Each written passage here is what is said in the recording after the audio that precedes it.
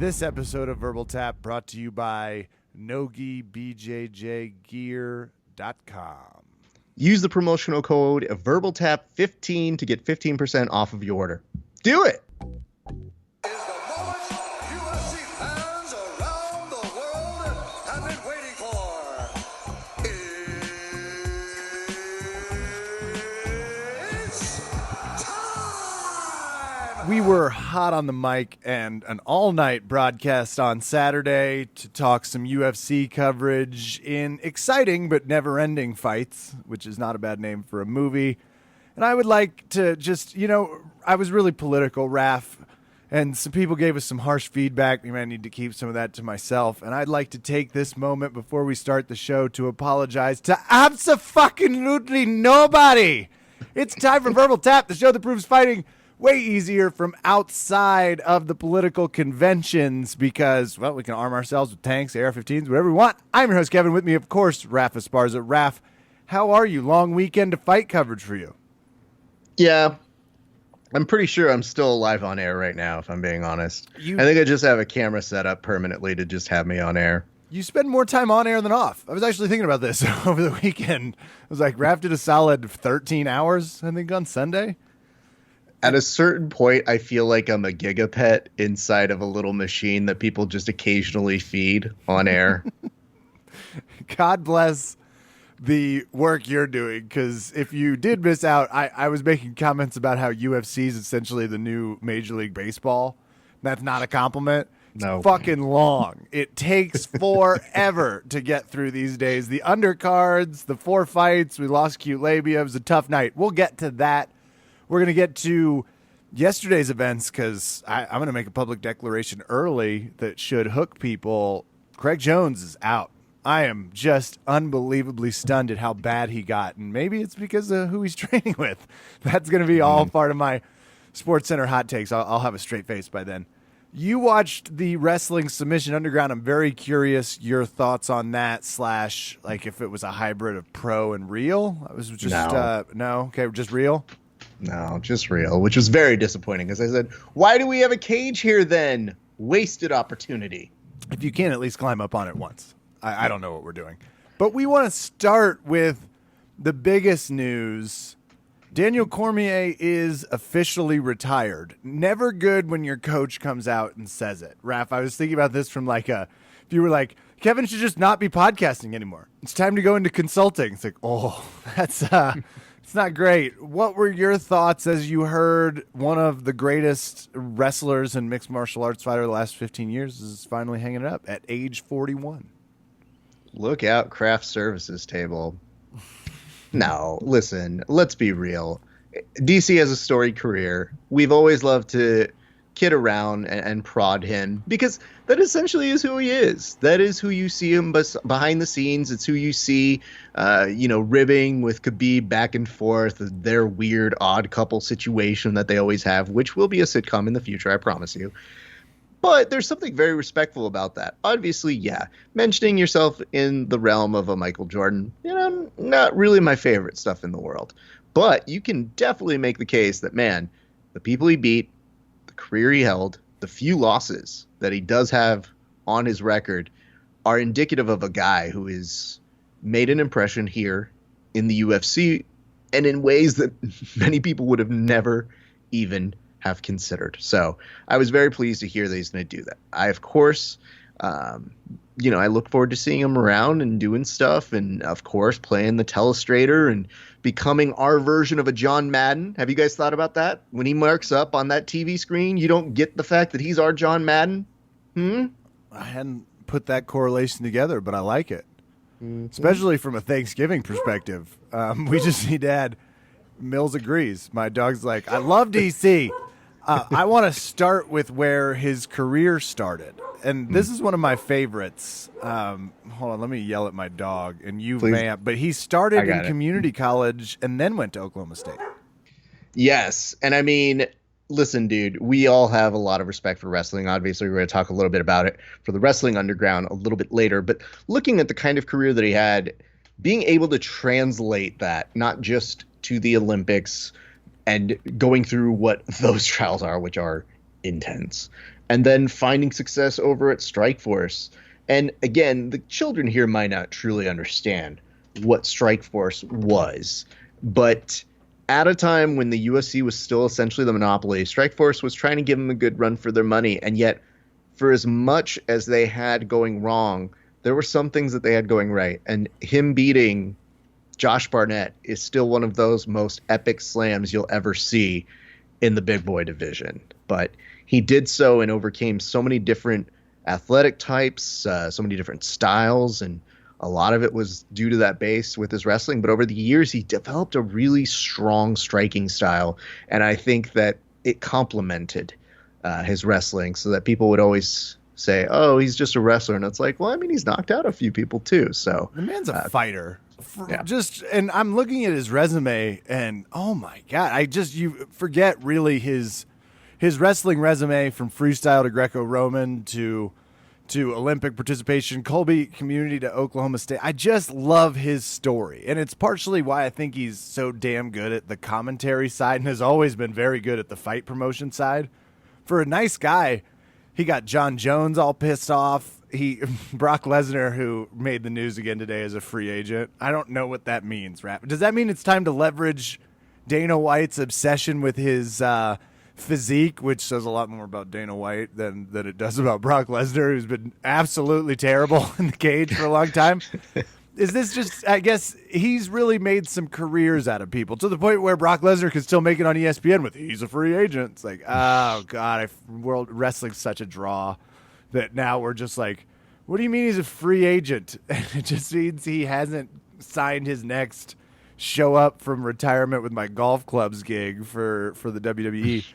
Daniel Cormier has always been in, and I do want to ask you if we'll see him in that next arena, if we think now there's a chance he hits the WWE, because the man's wrestling career is unbelievable. And I love that you call out the Barnett win, because people need to understand Josh Barnett was the baddest man on the planet, and picking him up and throwing him even now would be very dangerous. Very, very dangerous. Wins 2 belts, crushes some of our really. Stipe was just a great first win in that one. We didn't know he could be beat like that. And Stipe's still never been able to quite give him the same type of handling he gave out. I'm really going to miss him in the cage. I'm excited that I will not miss him outside of the cage, because he will be there. He's still going to be talking. Yeah. And let's also point out, defended with the 2 belts, which was a very nice little moniker for him as well, because once he won the light heavyweight, I mean, it was nice to watch him be an active competitor. I mean, now Amanda Nunes is taking that mantle and running with it in whatever weight division. In fact, I think they're just making extra weight divisions for her, because she's doing her thing too. So they better raise it up, find somebody a lot bigger, because I don't see anyone her size or smaller beating her anytime soon. I want to say that, when sometimes your wires get a little crossed and they announce who Amanda, do you know who she's fighting next by any chance? No. Okay, so it's announced that her next fight is against Megan Anderson. So, okay, sure. I guess that's where we're at. But because somebody is in the news consistently in the pop radio format, my first time I read it was, and it was right next to what was trending, is I was like, Amanda Nunes is going to fight Megan the Stallion? Oh, man, that's going to be weird. I didn't know Megan the Stallion fight. Oh, no, Megan Anderson. Oh, yeah, that makes more sense. But would pay to see the 2 of them have a rap battle. So just saying, would be a lot of fun. Don't overlook it. There was a lot of sad news for Anderson Silva, and I was like, oh, he needs a hip replacement or something like that. They were like, no, he just has one more fight. And I was like, sadder news would be, and it's against Amanda Nunes. So he's going to end it with a loss. Goodbye.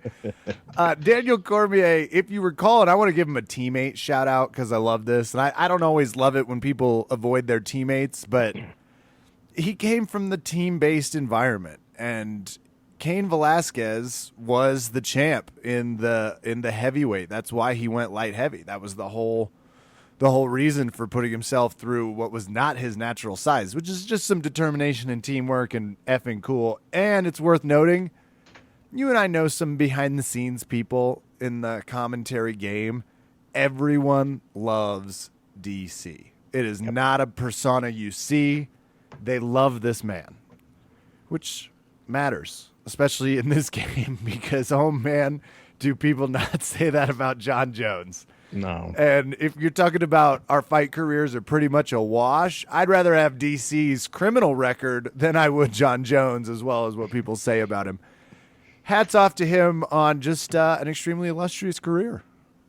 And here's the beautiful part that Kevin and I get to do, which is we get to transfer critiquing him as a fighter to now critiquing him as a media personality. And those are two different sets of criteria. And I am very much looking forward to making fun of his terrible dad jokes at the commentary booth. I can't wait till he and Paul Felder have a boring question off. It'll be. I am so upset with Paul Felder. It started on Fight Island. I'm using air quotations because I think it was more like fight United Arab Emirates or downtown Abu Dhabi. It doesn't really. It just didn't feel like an island. I didn't see dolphins once. There is so much about what DC does that I will not complain about in terms of the Paul Felder mistakes, because he never looks super confused. And with DC, and Dominic Cruz does this sometimes when he's at his best, but Dominic Cruz's first instinct is to judge and coach and critique, not to like explain. That is what DC does. He explains like, well, he's going to want to turn his hip, and just the way he kind of gets into it really makes me happy. I would like to say, if you'd like to dress in the champion's gear, NoGiBJJGear.com, you can find some things that will help you slim down just from an appearance perspective. If you also have that man, DC, Oklahoma, middle of the country physique, or obviously if you have like a good jiu-jitsu physique, it all looks good no matter what. NoGiBJJGear.com. Put it in VerbalTap15. We love them. You will get a discount, and we'll get a little shout-out. Buy 3 BJJ apparel, get 1 free. Mix and match. Choose any. Rash guard, spats, and shorts. NoGiBJJGear.com. Raph, I want to change gears. Okay. I want to get to the fact that Craig Jones has lost that love and feeling, and he needs Tom Cruise and Goose to sing to him like I've never heard. Notice I didn't say Gordon and Gary. Is it possible Danaher's lost his touch? Most of his team is upset about mask and science, even though they seem to understand the science of like what an armbar is. Hold on, let me get into my car. I've got to complain. Gary is getting awfully close. Then I see him like putting a guitar video out. It's like, well, somebody's got some extra time on their hands. I obviously am just firing this in jest, but Mason Fowler, whom was my Pokemon, if we recall several around the mats ago, the guy is now the antidote to what has been an unsolvable Australian New York City problem. What happened? Well, according to the internet, Mason did not engage in regulation, which, okay. So we get to overtime. They were in a cage, right? Yeah, they're in a cage.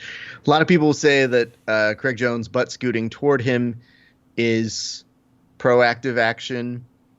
They just have two weird styles. And I think that the hard part is I don't have the answer to just saying, well, yes, internet commenter, I will give this man my leg and I will lose for your respect. So it's a little bit of calm, Zandy. But, Kev, I would tell you, it was an interesting EBI overtime because Craig is pretty good at the overtime. He's done it before, and it's something that I know they work on very heavily with the Danaher Death Squad. Mason was overlooked at what he could do with this EBI overtime. Of course, as you famously remember, last time, the two of them, when they were matched up, He was able to get him to make a noise in which it was considered a verbal tap. Thank you for the SEO. Appreciate you guys. And I would tell you that almost seemed to, with a ref's miscall, one might say, it seemed to take away from what Mason was doing very well. In this particular opportunity, Mason made a very unconventional submission happen, to the point, Kevin, where I looked at him and I said, for a guy who doesn't follow pro wrestling, Mason Fowler seems to finish people with pro wrestling finishers. He originally did a variation of Daniel Bryan's Yes Lock previously at somebody, and I go, did you know what that is? And he's just kind of like, oh yeah, I do that sometimes. And I go, do you know that it's a pro wrestling move? Oh, is it? I was like, are you fucking with me, or do you really know that? Damn. Cut to this, and this one was essentially a camel clutch. But the key that I had to watch and really kind of figure out here is Mason was telling us that the key for his finish was really clamping on that body triangle and putting it and sucking it towards where the hips is. So when you do a squeeze, really targeting that squeeze on a compression near the hip. And you could see that to the point where he didn't really have that traditional under-over grip that you normally have from the back in an EBI position. Instead, Craig was almost more with his chest oddly upped while getting pulled at that bottom body triangle with the legs and squeezed. Like, it looked super painful. And Craig ended up tapping. So then we saw people start to make fun of them. And I said, well, I better get on board here. So after we finished that, I made a meme in which, you know, we put the camel clutch thing, you know, Iron Sheik. It's a huge thing. People break your back, make you humble, all that sort of stuff. It's great SEO for WWE BJJ as well. So I guess what we're saying to Mason is thank you very much. And if you're worried how Craig Jones might have responded, he did applaud it in the comment section and said, well played, which I think is internet code for I'm going to kill you, Raf. Probably. So it's been nice knowing you guys. Yeah, and I want to be the one that said it. You have to, the internet always has like, they default to their favorite, which is, well, we love Craig Jones. Sure. If you want to fight and engage, he has to play someone else's game to get in there. And this is the part that starts to get me a little bit about some of the Danaher Death Squad choices, which is Craig, I assume, was on his ass boot scooting for a good chunk of it. Yeah, there was one point when they kind of got up to wrestle a little bit, and I think Craig just pushed Mason into the cage, to bounce off against it. That was the extent of the wrestling. So I understand Craig's frustration. It is a fight, so you can do that. Like, get up, engage. This is the part about jiu-jitsu that does frustrate the internet if it's done by somebody else. You cannot get in a leg entanglement with Craig. You absolutely 100% don't want to do it. It's not a winning strategy. So what you have to do is make him come into your waters. And that is the part where if like this was professional golfing and Tiger just couldn't putt, people wouldn't be like, well, he should have chipped it in, the idiot. Like, what was he thinking? Why didn't he just hole in one it? It's like, that's not how this works. It's not how any of this works. You have to make adjustments. If you're 2 minutes into the fight, they're not playing your game, play theirs. Get them into a spot where you can grapple them into the positions you want. But it's difficult if you're so focused on being like, well, I'm only going to play legs until we get to overtime. Props to Eddie Bravo again. The other thing I think with Mason Fowler is we're seeing people evolve in that EBI rule set. He's obviously been drilling it. He's come up with something that works for him from a crushing your ribs and making it hard to breathe perspective, which really seems to loosen your neck up when you're fighting somebody. And this is what's going to happen when that type of rule set becomes now, I don't know, 6 years old, 7 years old. Oh, yeah. Well, here's the good news at for our everybody. Fact checker who's just smoking a doobie and drinking some bourbon. He's like, what? Just cruising Amazon. I see you. So, yeah, you're definitely going to have some people who are going to not enjoy it, but let's appreciate it for what it is. That's the rule set. Mason won. Craig's going to be fine. They've already launched him up for his next big challenge, which is going to be Roberto Jimenez. Now, Kev, what if I were to tell you that Flow Grappling issued a little bit of a statement that might have sounded foolish. Would you believe that? I just wouldn't, Raph. They're so tactful and good in these situations and never act like a little mini grappling Gustavo. That's overstating it because I'm giving them maybe more impact than they deserve. They are the Mitch McConnell of grappling most of the time. It's just a lot of their own agenda, and they just don't see it your way. But what did they do? I assume they're like, can't fight for us now? How close am I? They announced on there, who's number one, or as we like to say on this show, who does number two work for? On that show, they announced that Craig Jones' mystery opponent is Roberto Jimenez. However, in a social media post to just congratulate themselves, they put the following text. There's a 0% chance you guessed Roberto would take on Craig on October 2nd, to which I responded, except for me guessing it live on the air yesterday before you even posted it. Shut up. Like, it's one thing to create This isn't that hard to self-bragging. suss out. Like, it's just... There's like 15 guys who are competing right now. At a certain point, you just mix and match the names and you might be on the dartboard. But yes, I was posing it that maybe Craig Jones's next challenge is going to be Roberto because of the way things may play out. If he would have won, they would have done that with Sugg. So now that Chael is doing that meme of like the dude who's looking at a new girlfriend while his old girlfriend is looking at him, that's essentially what's happening with Mason and Craig. I would tell you this, though. I just feel that the best way to respond to someone self-congratulating themselves is to self-congratulate yourself. So when I saw that, normally I wouldn't even put that up. I'd just be like, oh, that's so silly, whatever. But then I thought, is it 0% chance? Like, why do we have MMA athletes and jiu-jitsu athletes who are so abhorrently convinced they need to tell you how little they understand about math?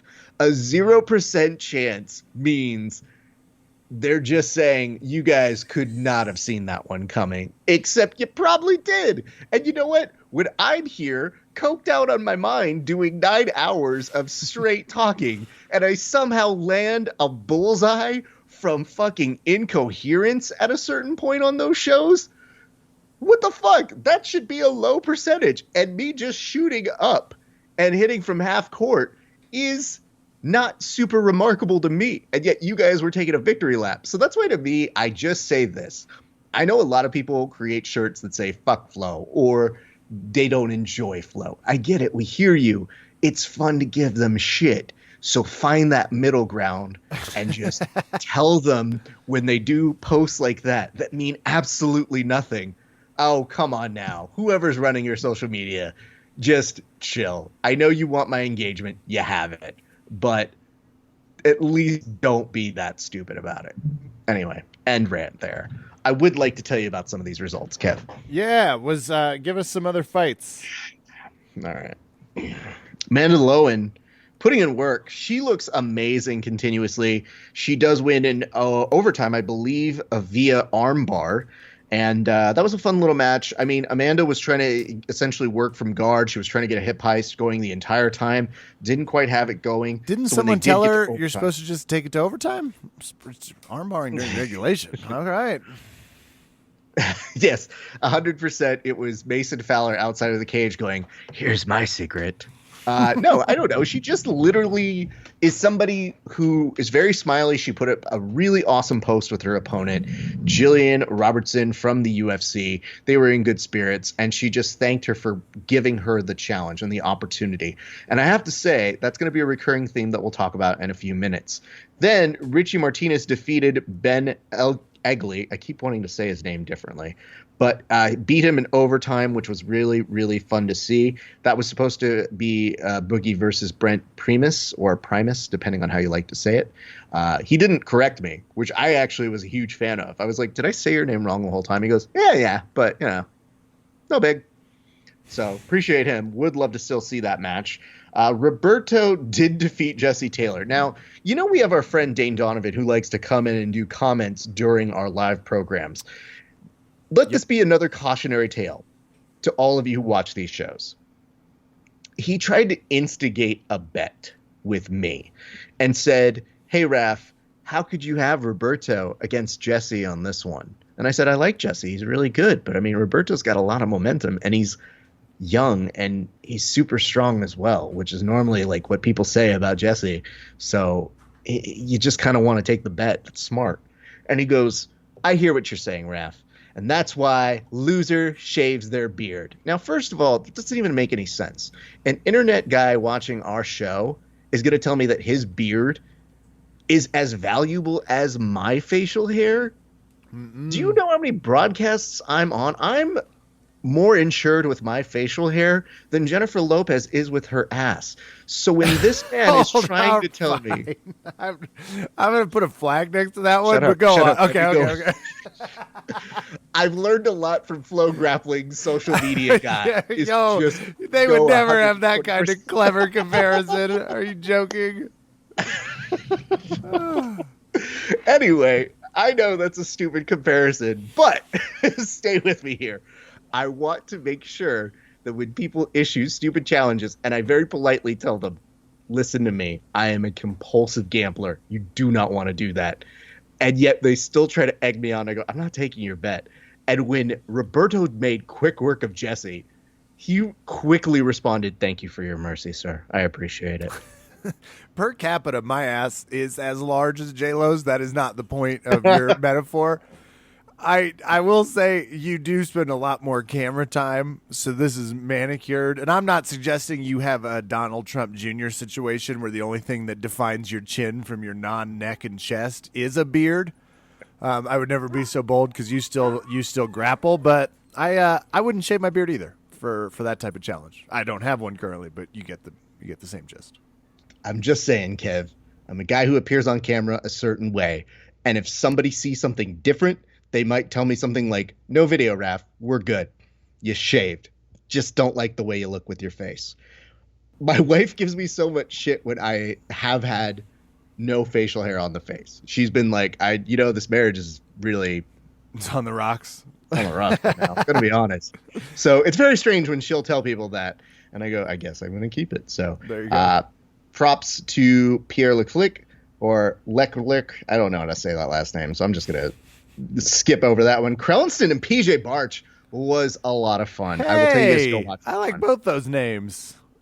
If I'm going to make an announcement, I might say that was the match of the week because holy fuck, that was good. Also super impressive, Frank Rosenthal defeating Phil Schwartz. Very solid armbar on his part. Justin Renek also gets a win over Don Stoner, who did make it pretty competitive, but Justin was winning, I would say, the exchanges in terms of the match, and it was pretty fun to watch those two. Aaron Teagues defeating Nicholas Maximov with Kev. They did it in the gi, which I didn't know they were going to do, so that was interesting to me. I didn't know that was allowed at Submission Underground. Awesome. Didn't either. And it's got to be a confusing as fuck night for people who are tuning in for Wrestling Underground a little early and going, huh? But yes. Tunes of throwback to UFC 1. It's like, what are they doing in the gi with the cage? It does look badass. It just does. It's like you forget GSP always wore those badass Hayubases to the cage. It's like, looks awesome. This looks dope. I still, to this day, I wonder if you could just wear a gi, but then wear the Reebok jersey over that and say, does this count? I can't believe somebody hasn't been like, Reebok, can you please make me a gi? Just go on Etsy. There's got to be somebody that can combine those two things. But So with that, you also had Aaron Teagues doing something very impressive, which is in EBI overtime, getting a bow and arrow choke from back control. Oh, damn it. My favorite, by the way. Nothing makes me happier. In the gi or just no gi or gi? It was gi. Oh, okay. But I'm when just Aaron Teagues was doing it, they go to overtime and you start on the back, which is a little bit of a different game when you do have the gi. And it's something that I'm always interested to see how people play. And he was threatening that bow and arrow choke a couple times. Like he had a very good sleeve control grip throughout the bulk of the match. And Nicholas Maximoff was trying for a Kimura at some point, which is one of his power moves. So it was a very interesting match all around. So kudos to those gents. And then, of course, friend of the show, who I'll be interviewing later this week, one Chase Davis, wins in quick fashion over Kyle Hinkle via heel hook. So that was your submission, Underground. I would tell you this, it was a nice, tight 2-hour show. And, man, if you really got to go watch one thing, go watch PJ and go watch Ethan, because they really give you a lot for a short amount of a time. And PJ and Ethan are just two people we have a high amount of respect for their jiu-jitsu games. PJ is always like ready to fight however you want, even for a 10th Planet guy, right? It's just very heavy in the wrestling game. And Ethan Krellison just only goes one speed, which is Tasmanian Devil. He doesn't have like a leisurely walk or a chill. And Ethan's one of those people. I'll give Ethan and PJ credit. If you won't fight in their game, they will fight in yours. So that's a fun matchup. I'll go watch that one. So yeah, tell me let's ping pong to wrestling. This is a little bizarre for me. I don't recognize many of the fighters, but you and I love making fun of Chael Sonnen. We just haven't had a lot of content outside of that like dark room with the candles he's been giving us commentary in that looks like it's somewhere underground. He's just a cat away from being Grappling Dana. He is doing some fun things and keeping our interest. And I was obviously, like everyone, it's not a big deal, but I effing love the NCAA tournament. When they bring the wrestlers, it is some of the highest level anything you will ever watch. It's so athletic. And so to get these, and I like flow wrestling, right? I love it when Jordan Burroughs does anything. So to give them another platform like this, which we haven't traditionally seen very often, pretty cool. But I'm curious your thoughts. It doesn't sound like anyone was wearing masks or anything. Well, actually, during the weigh-ins, some of the wrestlers, I think, wore more masks than the jiu-jitsu guys. I don't know what that means, but hey, kudos to them. And I think I saw Chael had the mask, like, underneath his chin, so it was more than I expected it to be. So, okay, we'll start with that. I want to tell you this, Kev. It's weird watching wrestling with a cage, because when you see these guys get over to what would normally be, say, wall mats in a gym, they kind of go, hey, man, whatever. This is wrestling unless we're fighting MMA. And guess what? It's kind of what it became. And that first instance when you saw somebody use the cage to get a double leg takedown made me think, oh, fuck, right. When they like to mix the different cultures, when we talk about jiu-jitsu with MMA fighters, all I can think about is all of those MMA fighters who were wrestlers. I mean, listen, DC's free. Put him in there. Hey, listen, you can make a number of things very exciting. Today I got the opportunity to speak with one Kai Kamalka, who had an amazing fight of the night bonus for his very first at-bat at UFC 252, even surpassing the fight between Jim Miller and Vince Pichel. And Vince Pichel being like, I would have liked the fight bonus. And I'm like, yep. And there's no way I just don't have the brass to be like, but I don't think you deserved it from Hell Pichel. I was already too nervous he was going to find out I picked Jim Miller. So I can imagine you were in a little bit of like a tight spot of like, I disagree, but you know what? Talk it out. To be fair, if he goes back to watch me do the commentary for that match, or he watches my interview with Kai, who knows what he might think. But I would tell you this, both of those amazing fights, very much love them. But Kai, when I asked him, I said, hey, man, would you do Wrestling Underground? I saw you were watching it yesterday. He's like, oh, man, absolutely. That looks like so much fun.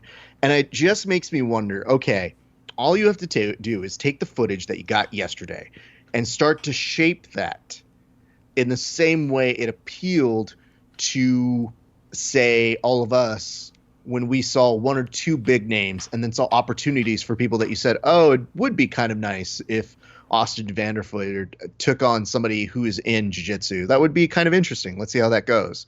So it's got the makings of stuff. I would like to give a few little notes. Would you like to know what some of those are? Absolutely, including more power bombs. I don't know. I would like to see, because there was a little bit of, folk style and Greco explanations and all that sort of such that were told to me by our friends, the Areola brothers, Rich and Jason. Appreciate them coming on and highlighting some of the difference. I didn't see any real signage for that. It might have been on there. I just missed it. But I think that's the sort of thing that if you're bringing in a new audience, you definitely want to educate them. Or you think the people stuck around from the jiu-jitsu side, because it got bad news for you. A lot of the jiu-jitsu people, they don't know. This is very new to them. And granted, wrestling has been on large add platforms me to that like the list. Olympics. Like, I could really use a Travis Conley when I'm like, why doesn't he just pin him? It's like, that's not what they're trying to do. Oh, that's helpful. So what's the goal? Just throw him. Oh, all right. Right. Especially when you go, but why would you not? Oh, okay. I'll go with it. So I was pleased with it. I'll have to go back and listen to Chael's commentary on that one. I suspect it might be a little bit better than even what he does for the jiu-jitsu, because sometimes the jiu-jitsu is a little simplistic. He's very interesting. We'll say always. Yeah, he's not. He's fantastic on the mic. He could be talking about, I don't know, his gym in Seattle. It's still fun.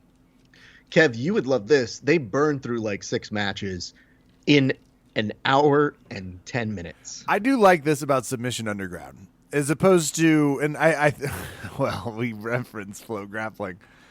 You ever tried to watch a fight to win card? You ever just tried to watch your friend who's fight 31 of 39 and find them on the card? It's not easy.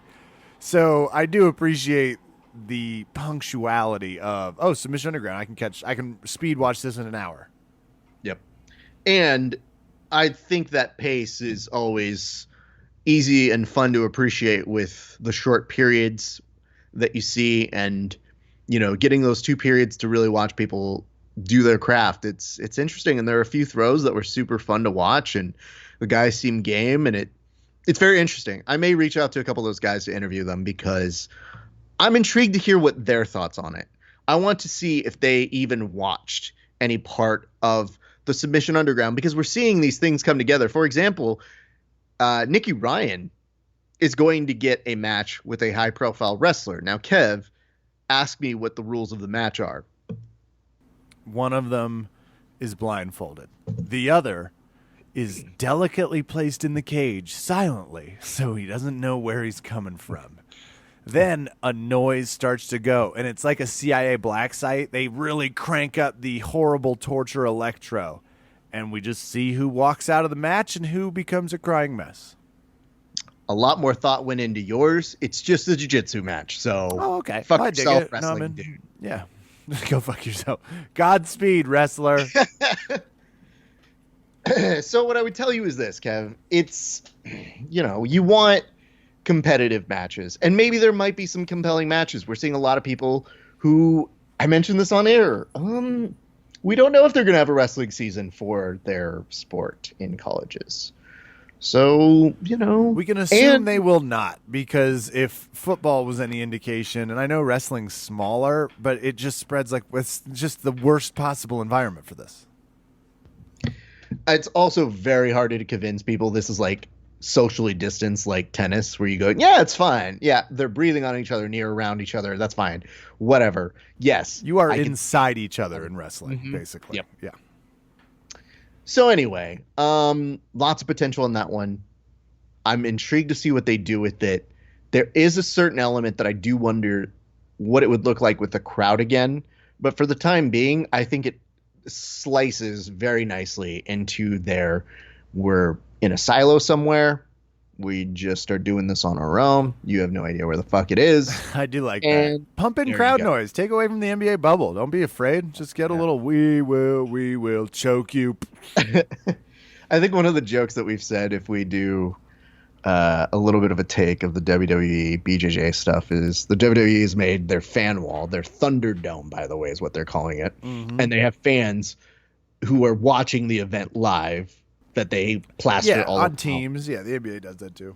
Yeah, I mean, wrestling does it better. But anyway, I just think if we were to do that for WWE BJJ, it would be pretty incredible to have like 2 cracked iPads, like a really bad like 80s TV in the background, and just some people who have no clue that they're on there anymore. They It just would go, be- "Oh, wow, TV."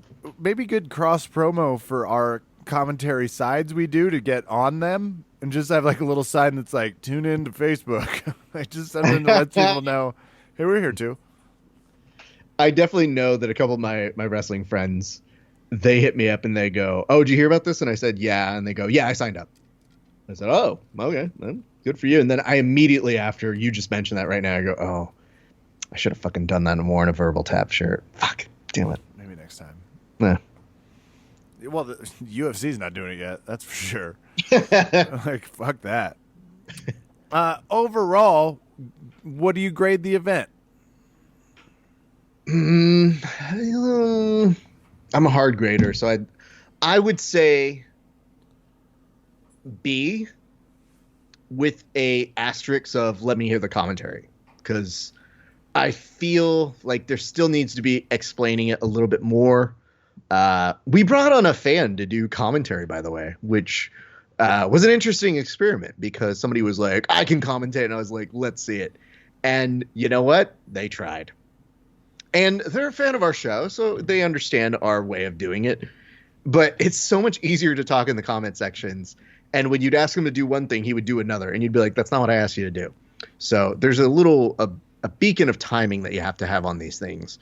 And you got to nourish it. You got to figure it out. But I like seeing how people react live time to doing what we just do week in and week out. The one thing they did say was, they were like, I just want to see bigger names. And I said, there's something to building up a roster, because Submission Underground arguably might have done more for Craig Jones than even EBI did. Like, ADCC obviously put Craig on the map, but Chael has practically been calling Craig Jones the next coming of Jesus in every one of those episodes. And now they're building Mason to get a following that man has been working very hard to build. You also see people like Roberto getting a very big place to display his jiu-jitsu. Gio, I know, is always talking about how much his brother loves it. Richie's always on those cards. So there is an appeal of those guys who tend to go on that show. And I would tell you, a lot of those undercard guys keep coming back and back and back. So it would be good to see them continuously brought on. But don't overlook the idea of building some of those wrestling stars so that they get their time to shine. And then maybe, I don't know, something real dumb, you develop new talent. And you at least keep people guessing. Give them a little something to look at, add a little, because we don't have that in grappling where it's like they're going to be doing a leg locks only match. Or welcome to throws only, first takedown wins. Like, we don't have any of the Greco-Roman or freestyle or those types of... So it's a fun mix. Like, I imagine eventually it'll just be like, well, if this worked, we'll do Submission Underground and, Chael crunch the numbers, I assume, and just kind of figure out what makes sense. But I applaud the effort, especially right now. Why not? Yep. There's very little grappling to be had online. And right now...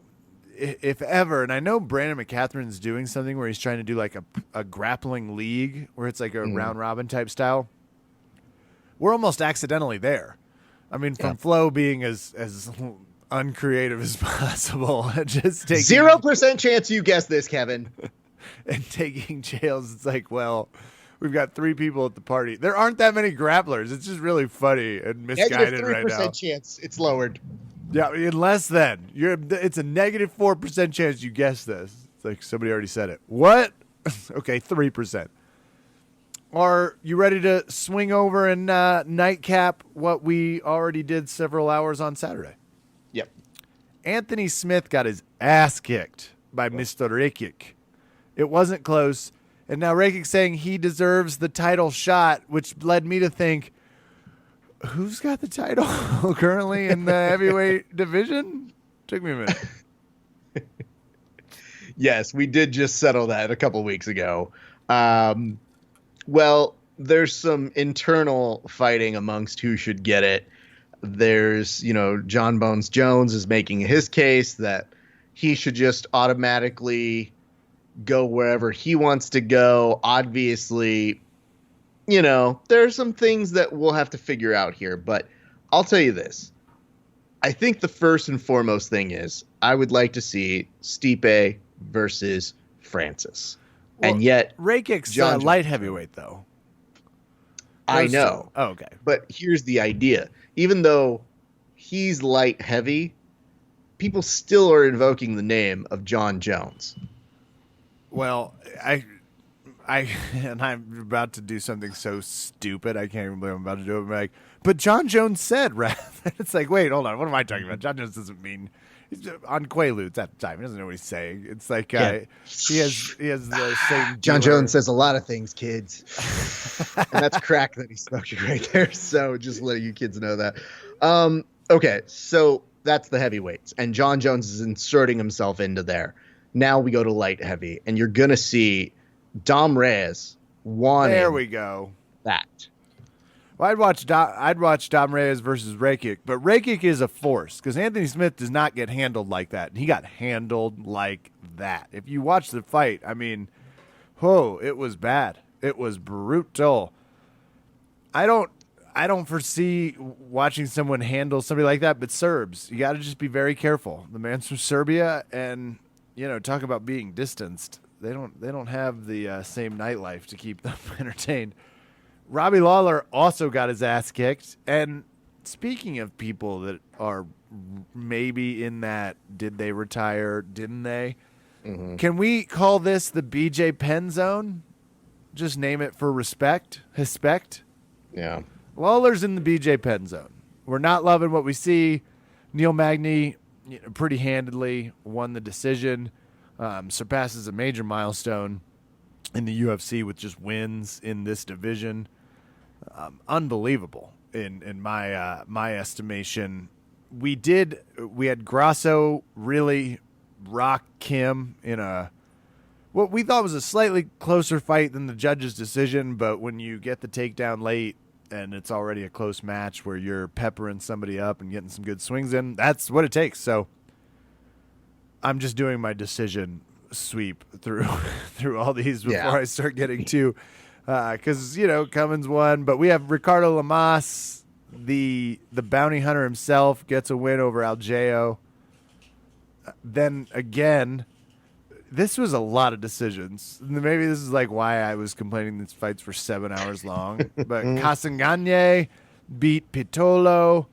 Zach Cummins gets a decision over DeChico.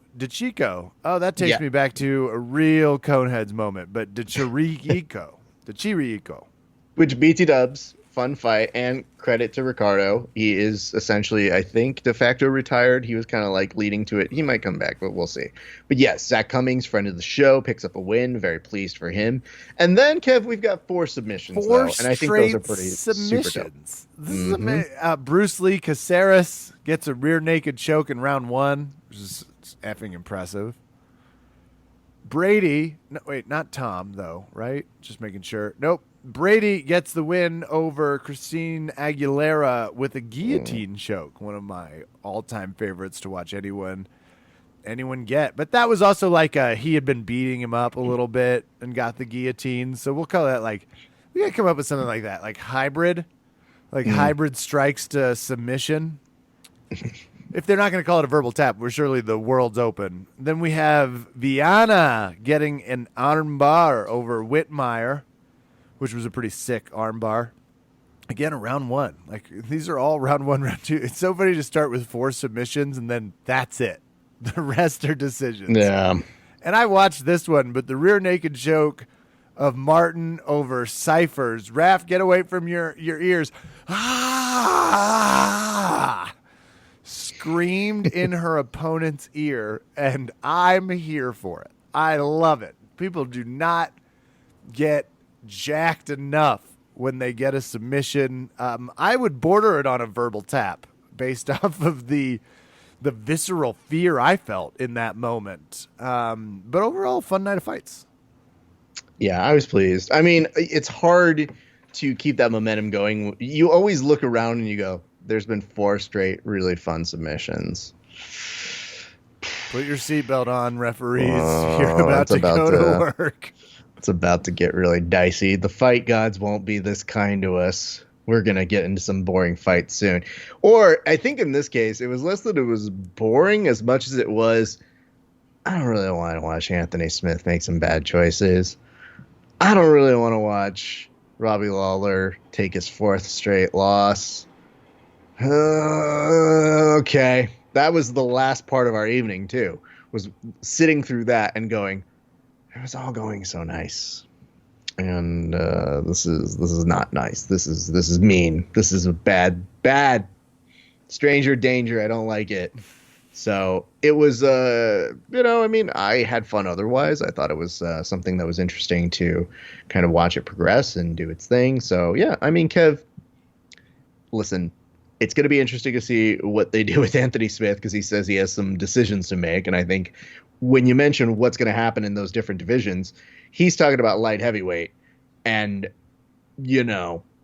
I wonder where he thinks he wants to go. It's definitely going to be opposite of where Craig Jones is. But I think he was looking at that difference between 205 and 185, and he's like, I just don't want to do that life. So when he says he has some tough decisions to make, we will be very interested to see how that plays. And of course, Jan Blachowicz is also waiting for Dom Reyes, so that's how that light heavyweight's going to play out as well. So there's no real easy answers to any of this. I would just tell you, we're just kind of interested to see what's going to happen, though. And there is some things heating up. I have complaints about how much the UFC and ESPN are milking some of these cards. They could really do some things to speed it up. And I don't know why they just seem so uncreative. It's like, could you, just for shits and grins, could you do like a 1-round 10-minute fight? Like a 1-round 15-minute fight? That would be awesome. I don't know. I mean, I get it. It's not maybe sanctioned or part of it. But if you're going to do this many fights and make us sit through 8 hours of an event, just throw something in that's not another 3-round fight. Announced by Bruce and his bangin' purple jacket. Raph, it was a tremendous weekend for your coverage. Go tune into the Grappling Hour. Go tune into you and I's hilariousness on Saturday night. I joined for the main card, and we had some fun. Yeah, Kevin was very, very on that day. And I would tell you guys, I think it's one of those fight companion weekends where, there's good stuff to commentate. There's new stuff. We have never experienced a Wrestling Underground. We got to commentate in that real-time version of that. It was cool to see the 17th edition of Submission Underground, their 4th or 5th version since the pandemic started. And I think they kind of have their nice little niche. And dare I say, Kev, I think they have the momentum right now. I don't know what the numbers are with everybody else. But, if we're doing a quick little thing of who has been riding that nice EBI momentum, it's definitely not a lot of other people. And I know there are some people who want to compete for that momentum, but at the very least, when Submission Underground puts together some of those main events where you go, what the fuck is that about? But then you see the undercard and you go, oh, well, that undercard did give us, say, Crownston and PJ. Okay, yeah, that works. Good for them. That's awesome. I would say kudos to them. Now, I will let you guys know, we will give our best to Josh Starlord LeDuc. But for the love of God, get new commentators.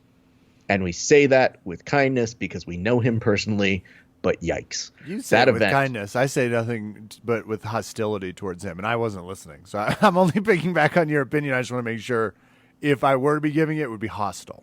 Just know it's right.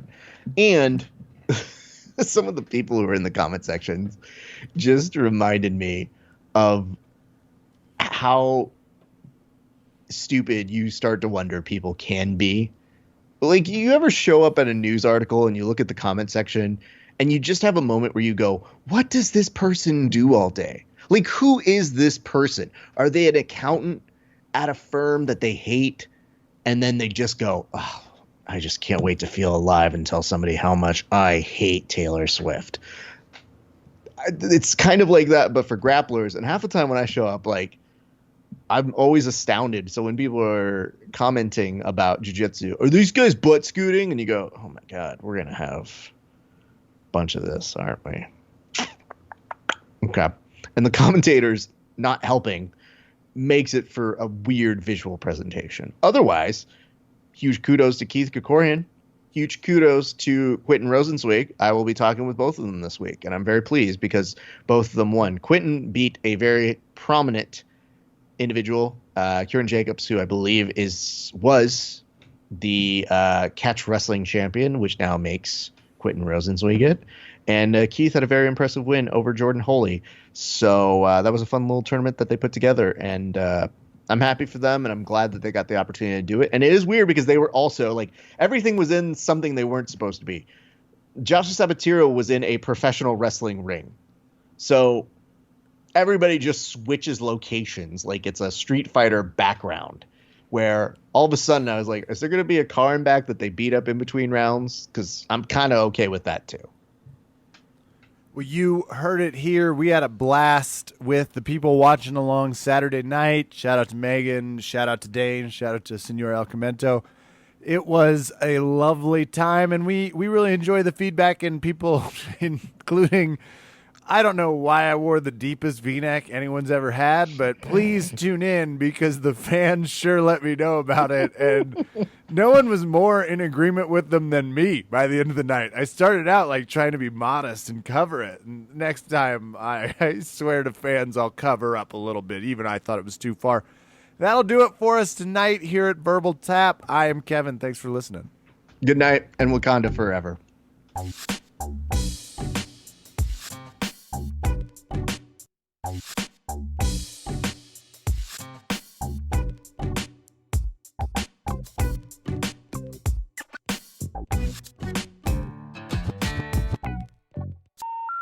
The number you have dialed has been changed. The new number is... Please note, the new number is...